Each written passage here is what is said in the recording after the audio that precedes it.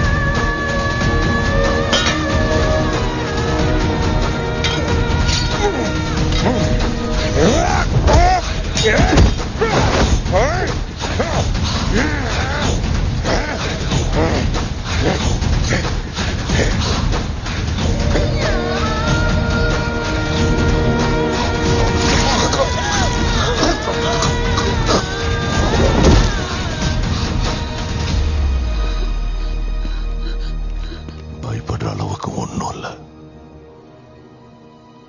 எல்லாம் ஒரே ரத்தம் தான். இவ யார் தெரியுமா?